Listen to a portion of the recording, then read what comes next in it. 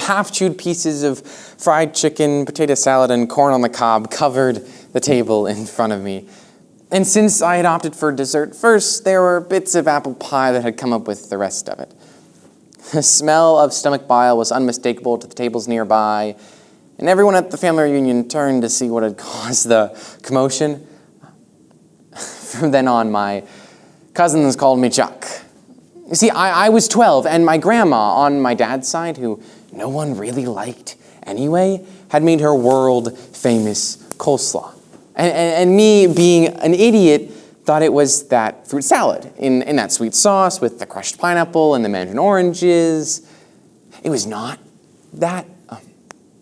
It was certainly not that. And as I grew older, I kept telling myself that one day I'm going to try and I'm going to like coleslaw. I wasn't just going to try it again. I was going to like it. And that's what I told myself for like 6 years. See, every time I was presented with the opportunity, I was either out with a bunch of friends and didn't want to be embarrassed in case it all came up, or I was somewhere like Denny's, where I knew that it was going to suck. And if I was going to do this, I wanted to make sure it was good. So here we are. I'm out to dinner with my friend Becca. Becca and I have been good friends for a really long time. Never romantically, really. Okay, that's not entirely true. There were definitely some times where I imagined a crush on her, and there was that one time where Becca's best friend told me that she had a crush on me, but I don't know, our attractions never really aligned. So we've just been really good friends. Always have been. Referencing Gandhi, George Orwell once wrote that close friends are a dangerous thing because, quote, friends react to one another. Indeed, whether it's rekindling old flames or igniting new ones, friendship is risky, and like every risk, it has fear of failure at its core. Pete Costa explores this reality, underscoring the importance of taking risks and being vulnerable, as it can lead to personal growth and a deeper connection with others. Only in the Presence of Friends, by Pete Costa. So we're at this Irish pub, just chit-chatting and having a good time. We get our menus, and I open it up, and the first thing my eyes settle on is fish and chips. I like fish and chips. Heck, I can do fish and chips. And you know what comes with fish and chips? Bingo, coleslaw. So I look at Becca, and I say, "Do you mind if I do something daring?" And then she looks dead in my eyes and says, "What, kiss me?" And you have to understand that when she said that, my mind is no longer on coleslaw. I instantly start thinking about all those times in high school where I had a crush on her and I thought she had a crush on me, or that one time where I knew she was flirting but I had a girlfriend, or that time, the summer after junior year where we sat on a trampoline for like 2 hours staring at the stars, talking about what we wanted to do and who we wanted to be.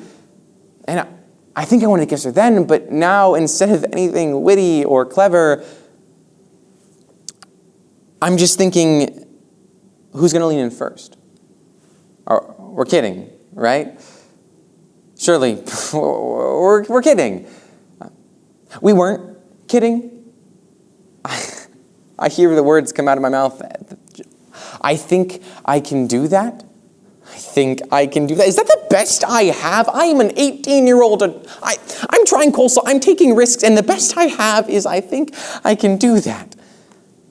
The table's a bit too wide for this to work well, and there's this awkward shuffle where I'm trying not to spill this iced tea. I lean out halfway across the table, and she comes to meet.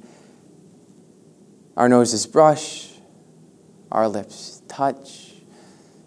It's just a soft pressing of lips. Lasts for maybe 3-4 seconds before we both kind of pull back and sit down. We're not about to make out in an Irish pub. She looks at me and she says, "Okay, now what was that daring thing you were actually planning on doing?" "Okay, yeah, that's fine. We don't need to talk about that. Just pretend it didn't happen." It's a confident, sexy kind of thing. That works. I tell her that I'm going to order the coleslaw, and then I have to go and tell her the whole story, and she says, "Do it. I'd be disappointed if you didn't. So now there's no way I'm getting out of this. She orders the pot pie, which is a deal breaker. Pardon, it would be a deal breaker if this were a date, which it's not.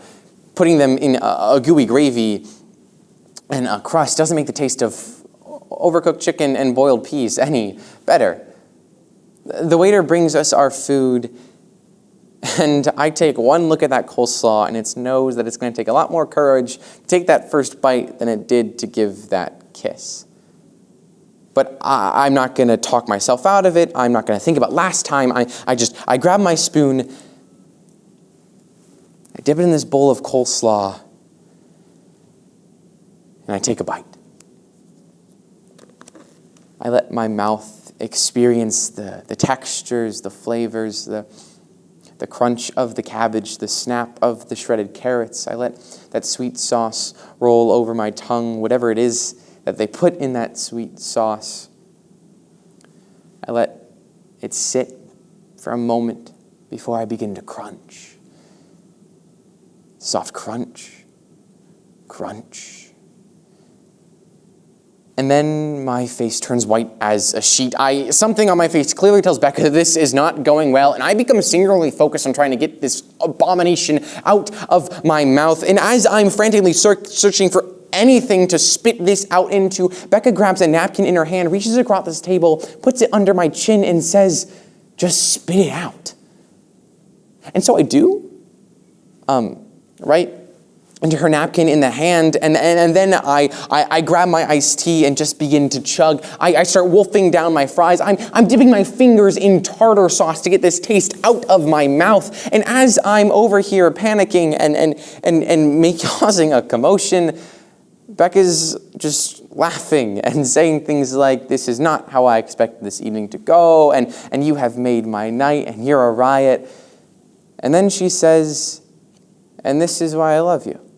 And I'm over here panicking, can't really process what she's saying until all the dust has settled and we're finishing our meal.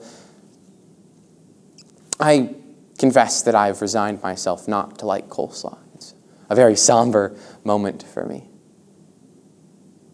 The waiter comes back and he asks if we want any dessert. I say no. She orders a chocolate brownie.